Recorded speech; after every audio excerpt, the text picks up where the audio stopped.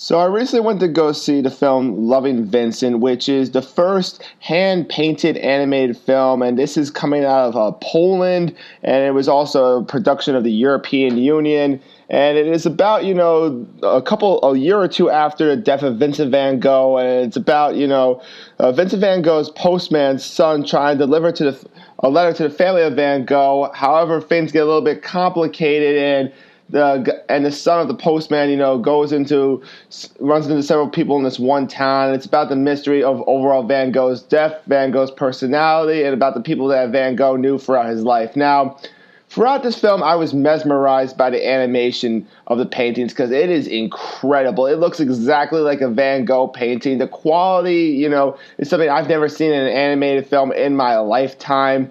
And, I really, and also the sound that matches up with the paintings is incredible. The soundtrack really does fit well with this whole theme of the film. Now, as for the story, I very much like the story. However, if you're not paying attention to every single bit of it, you may get a little lost at points. And also, it gets a little dry here and there, but it's only at a very few spots throughout the film. The voice acting is also top-notch here. One of my favorite performances, really one of the most well-known, was by Cerise Ronan. And, I think she did a pretty good job, too, as like a piano player / a lady that Van Gogh knew.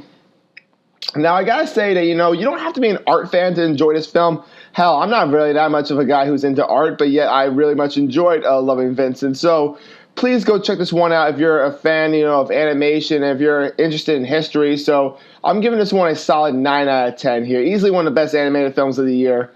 All right, the next film I went to go see was Wonderstruck, directed by Todd Haynes. Now, this is a film I've been looking forward to for a while, since it's not only distributed by Amazon, but it's also from Todd Haynes, who directed one of my favorite films of 2015, Carol.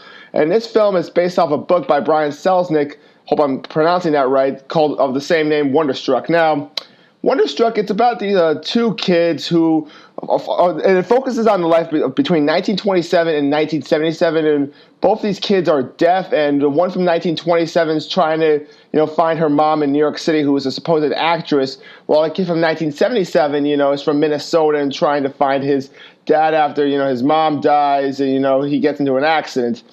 Oh, and just to let you know, the girl from 1927 is from Hoboken, New Jersey. Now, and what's interesting about this film is that, the 1927 parts of it are in black and white, are in silent. Meanwhile, the ones from 77 are in full color and have sound in the background.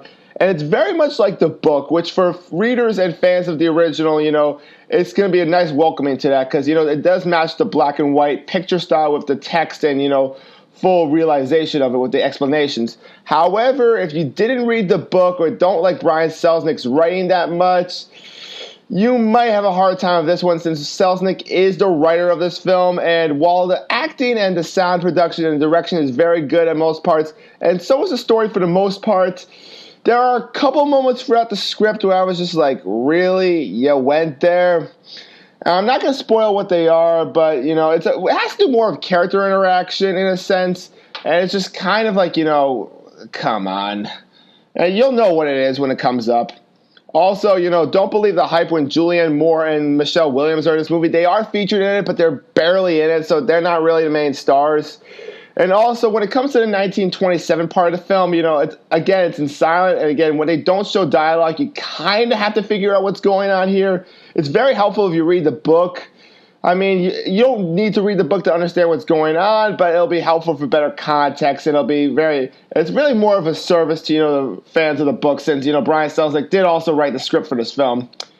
So overall, I would give this film a 9 out of 10, although if I had to compare the two between Wonderstruck versus Loving Vincent, I would say Loving Vincent is the better film just because it is more unique in a sense, although these two films are really kind of completely different in a sense. So please go check this one out. Todd Haynes does another really amazing job here. So do all the actors in this film. So, yeah, so those are my reviews for right now. Stay tuned for my next couple of reviews, which are going to be The Killing of a Sacred Deer and The Square. So, Telegives or White Rice signing off, and I'll see you people around. Bye.